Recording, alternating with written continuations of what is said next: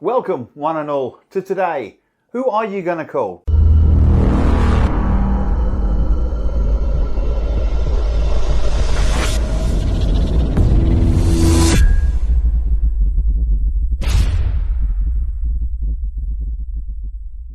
Well, it's going to be Farnborough Paranormal Investigations. I'm here with Dave. Hello. Hello. And Dot. Hello. Two of the founding members for the FPI. It is a pun on words. It is a pun on words. Did you have a lot of thought to go into that, or was it, did it just happen? It just happened. Well, we live in Farnborough, so we thought, hang on, what can we go with Farnborough Paranormal? And then we just thought FPI. Instead of the FBI, you call us out. Well, this is going to be a slightly different episode to what we normally do, because normally we have, like, you know, businesses and people like that. This is totally off the cuff, and we've missed Halloween, unfortunately. Yeah. I know, but never mind. We can put it out next time. Don't tell anyone. It'd be fine. It'd be fine. Don't worry. Yeah, that's fine. It'd be fine. So we want to talk about ghosts and ghoulies and poltergeists and things like that, because I'm quite interested in it. I know Jack is as well.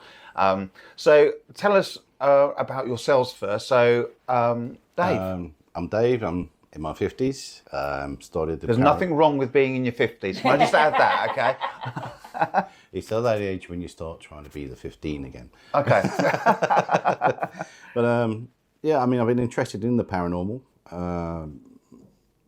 since an early age of, say, 9 or 10. Okay. Reasons for that is because I have seen things in my time. Yep. Not only from a young age, but as I progress through life, certain things have come to me. I'm not a psychic, I'm not a medium or anything like that, so I'd just like to point that I'm a natural, normal person that would just walk the street. I don't have ghosts behind me chatting to me like you do on the films. Right. It's a normal day for me, but certain things will happen that would not normally happen to anyone else. Okay. And I start to go deeper into that section, and then I find certain things that shouldn't be paranormal or anything else that we can put to it, but we investigate it down to the basic minimum to find out if we can find out what it is. But Farnborough Paranormal started in 2009. Yeah. And that was just Dottie and myself at the time. Just the two of you. Just the two of us. Two of us. So Dot, what brought you to the table? Why are you here? Is there something that you? When I moved into the local area, which was about 2009 anyway. Yeah. Obviously, Dave and I got to know each other as friends, and we just got talking one day, and he said that he liked the paranormal, and I said, well, that's funny, because I'm interested in the paranormal as well. How spooky. So he was like, why don't we start up our own little group? So we did, and then I was talking to my mum, and my mum was like, well, actually, I'm into all that sort of thing as well. So then and then another friend of mine started talking to me about it, and he became part of the group as well. And that's the four main members, is obviously Dave, myself, Yeah. my mum, and our friend Ian. The other two can't be here with us today because they're busy, but that's how we started out, just as a group of friends, and now we've been out a few places. And It was just a group of friends. We went out on one occasion, Waverley Abbey, beautiful place, and I would say that if anyone wants to start in the paranormal field, that is one beautiful place to start. Okay. It's quiet, very little noise that's going to contaminate anything, no electrical impulses anywhere, it's totally in the open. Wi-Fi you're not going to get. So there's no interfere. So if you're using your electrical equipment, it's very easy to try and pick up the electromagnetic fields that you're trying to find around the areas. Well, let's hold on to that for a bit, because I know that the viewer out there, they want to know about, have you seen or heard or anything paranormal? Yes. Now look at the camera and say that. Yes. We Okay. have. What sort of things have you seen or heard? I'm going to go back quite a way to around about 1980. Yeah. There's a friend of mine and myself, teenage life, as you do. We didn't take drugs then. It wasn't something that people did in our age. We didn't do drugs like it was normal now. You'd go out and have a drink, but if we drove, we would never drink. Mm-hmm. It was something that at our age then you didn't do. So we've gone to a place called Newstead Abbey in Nottingham, where I lived. It was quite late at night. I'd say about 11:30 at night. We were driving a nice Ford Escort. So I should tell you As you sometime. do, as you do. What mark was it? Mark II. A Mark II. It was a Mark II. okay. Oh, yes. Was it blue? Light blue. Like Light sky all blue. Ford Escort Mark IIs were blue. I Yeah. don't know why. Light sky blue. And Newstead Abbey, it's a beautiful building. It's got a lot of history, and we just found out we can go there as well. So looking into that. But at the time we went there, a friend of myself, he was driving. There's what they call a service way. Yeah. To go around to the back of the hotel or the building, and it's where you get your service trucks going around delivering the produce. And in the middle of that is an archway. That old archway is where the old coaches would go round to the back. Okay. We were told never to stop the vehicle in there at any point. Well, what do you do when you're a teenager? You do, yeah. You stop the car in it, don't you? No, never again. Really? We sat there for about 3 or 4 minutes, and it was fine. We was having a laugh, trying to wind each other up. Oh, can you see this? Can you see that? Oh, there's a shadow over there. The usual kind of banter you give with a friend. Then the car started to move. So I asked him, can you turn the car off? He's holding his keys in his hand. So I'm not moving the car. And the car is basically going a little left to right as you're sitting there, left to right, left to right. So we've opened the doors and there's nothing. And we think each other are winding each other up. So it was at the point when the car is lifted, and we know it's lifted, and dropped again, that we got out of that car and never went back to it. We saw the car as we're in it, and you can feel the jolt coming up from underneath the car, and then the drop. And I looked at him, and he's already getting out of the car. He's the driver. Yeah. And I've got out, and I've gone, what was that? And as we're looking at the car, the doors are open, the front, and we can see the bonnet and the rest of the car going like this. That was your first major encounter. First major encounter. And we was like wild animals, I have to explain, because when that happened, we wasn't expecting it, and it's not the kind of natural thing that you can address. And we was running back to the car, because we was like 20 miles from where we lived, so we needed to get back. We never drove, we walked. We walked. We would not go to that car. The very next day, we went back for the car. Obviously, the police were there, right outside the vehicle. And we walked up to it, and he says, no, you can't come through. He says, it's his car. Why have you parked that car there? When we saw the car, we drove straight into the archway. But when we went back, we asked the officer, why have you moved the car? He says, no one's moved the car. We can't get anything through the services or anything. The car was locked, the doors were shut, and it was sideways in the tunnel like that. And that's a God-awesome truth. We looked at each other and went, somebody's drove that car. That car was forward, facing to go around the service. Yeah.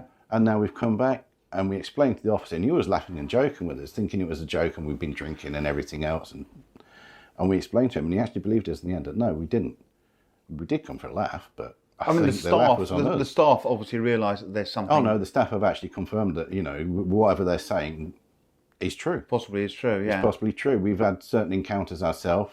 Certain staff have only been here for a few hours and left. So you're like, okay, sign me up. Let's go. Yeah, definitely. Okay, Dot. Let's go to you. Have you ever encountered I haven't anything? encountered myself personally, but it's stories that my mum told me from when she was growing up. The main one that got me interested was when she was pregnant with me. She started bleeding, thought she was going to lose me. Yeah. So she was put into a mother and baby unit to be kept an eye on, and it was run by nuns. So thought nothing of it. She's gone to sleep one night. She's woke up in the middle of the night to one of the nuns sitting on the end of her bed, smiling at her. So she didn't think anything of it. Following morning, she got woken up with a crow tapping on the window, and she spoke to the nuns as they've come in to bring breakfast. She said, "Who was in my room last night?" And they said, "What do you mean?" I said, "Well, somebody was sat on the end of the bed smiling at me." And they said, "I don't know what you're on about. We're not allowed in the rooms at night." Okay, so basically you're on a journey to capture something. That's your thing, and you're on a journey to wanting to see something, because that's and to explain what my mum's seen. That, I mean, which is fantastic. And now on with that, we have a lovely suitcase here. I would say briefcase, but it's quite big. Of gizmos. Now, do you have one of those like meters where you push the button, the lights come up and it goes like they do on Ghostbusters? We do. It's the K2 meter, which is the one you're talking about. That's it, yeah. If I was to press that now, because obviously we've got a lot of electricals in here, that should light up. It is. It's working. It's gone green, and it's so. If I put my phone next to it, Yeah. it should light up a little bit more. Yeah. So what does that? What does that do? Electricians will use this, and what they will use this for is basically guiding on the wall for electrical units that are hidden. Okay. So it will pick up the static electricity around the wiring on the wall, which is what we use it for. Basically, that we have a theory that when you pass on to the next realm, the energy within yourself is actually still there. Yeah. It's only the vessel that is dispersed. So therefore, we try and detect that kind of energy that is called a soul energy, which is still basically electricity. As everyone knows, most of your body is electricity and water. And what we try and do, we don't know if it works all the time, but we try and combine the two with a K2 meter to pick up electromagnetic fields. We do get occasions where there is nothing in the room, there are no electrical fields, and this does work. And then we get other responses to try and confirm. Yes, So that's your first. That's your first thing. You go right. Okay, let's put this out there. It's your basic tool. Basic Basically, tools. most ghost hunters. I mean, to be honest, a lot of people probably have those at home anyway. Exactly. In some way, Yes. you know. I mean, I've got a cable finder at home, which is exactly the is same. exactly the same as that. But obviously, yours has got pretty coloured lights on it. Mine just has one little red light, which. Yeah. There's danger. Yeah. Yeah. So okay, so you have got like I mean you've got this looks like a little FM radio. For those of you who don't know what an FM radio looks like, Yeah. I'm showing my age. It's a PSB. It's called 11, but it's actually a PSB 2 because what it is actually is two SP7 radio spirit boxes put into this one. So this is actually two spirit boxes in one. So you can actually run FM. Yeah. And there are different sections on this. We've got like a forward and reverse. So the radio wave can be reversed into backwards. So you can't actually understand the words, but you're picking up the airwaves. On the second one, we can do the same, but run it forwards on the same airwave. So we've got the same airwave going backwards and forwards. So this enables you to hear hear them. Yeah. The ghosts or Exactly. whatever is in the room, If they want basically. to- if they Exactly. want to use it, yeah. Yeah. So If they want to try and manifest themselves with what energy they have, we basically say to them, you know, there's a black box with a red light on it because, you know, I won't put it because I don't know if the sound in it will not be very good for your ears. They're not very nice with the sound on it. But most people will use this to try and capture sounds, voices, or what we call electro voice phenomena, yeah. which is EVPs. Combine this with your recorder to record what you're hearing, and then you can go back onto it afterwards and play back and go forward to see if you've captured Because that's when you go back and you literally listen to every millisecond, don't you? Go, oh, there's something there. Oh, there's something there. Yeah. at least 10 times. I leave that bit today because Yeah. my house is always too noisy for anything like that. Yeah. So That's. I mean, so most you know. people will have one of these, or a smaller version of this. They'll have this running to pick up any noises or any kind of vibrations that they think is going. Because they through. don't always want to talk. They don't want to. Sometimes they just want to be there, don't they? Yeah. And look. I know it sounds a bit weird, doesn't it? But they just want to. They just want to see what you're up to. They're probably Exactly. as curious And sometimes about us. you don't even get a voice on it most of the time. You'll get kind of a wail or a cry or a moan or a sound, but you know it's a voice sound. But differentiating what it's saying or anything, you know, is very difficult most of the time. I mean, do you use like knockoff cameras and things like that? We do, yes. You can, you can go to other places and just have something in the room. We've got a Oh, we know what that is. that's the good old GoPro. Yeah. You can't go wrong with a GoPro. The reason we use GoPros is because we attach them to ourselves, so we are videoing frontwise. Yep. But we've noticed that on a lot of programs or any other kind of investigation situations, no one's looking behind you. So we attach those to the back of us. So while we're filming forward, we also have it filming at the back. Because they do, don't they? They always say, "Oh, what was that?" Yeah. And they look round. And the there's ones on the most, I have to say, the most annoying investigators, and I like all investigators because you can learn something from every single one, Yeah. good or bad, And I don't see there are any bad investigators. I see that there's some not very well trained, not very well educated investigators, as we will call them. But there are still something from them that you will learn, and vice versa. I mean, obviously the most famous one in this country is Most Haunted. You know, they've been going for so long, and they have such a big following.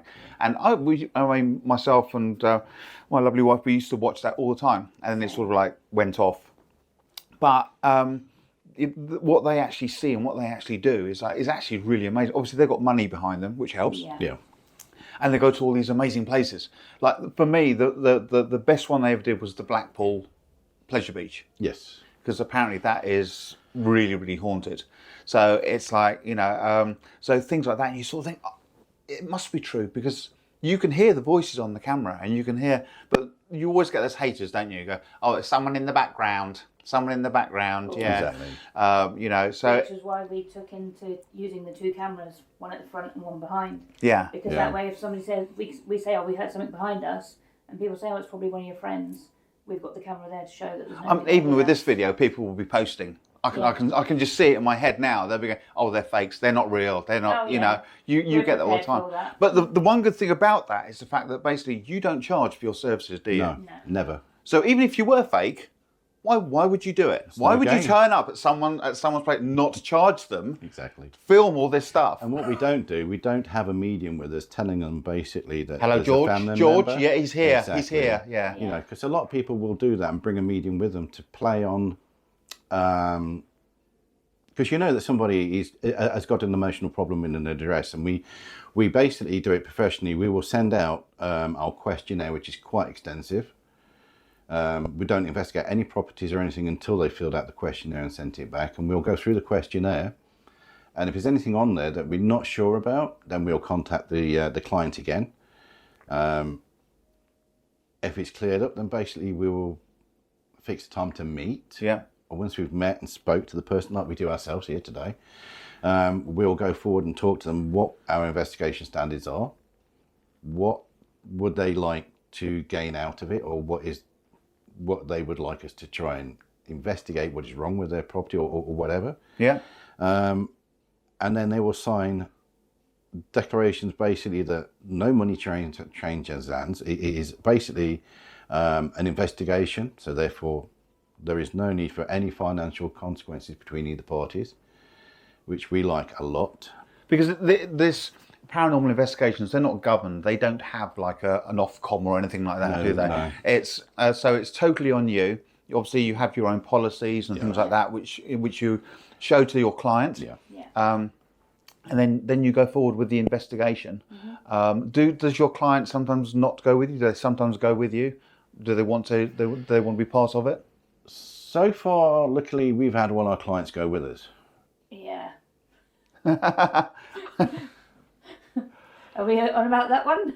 We won't mention that one. No. I mean, obviously, some of them aren't as good as others, but well, this one was a very interesting one. We turned up for the investigation. Lovely lady. She was absolutely lovely.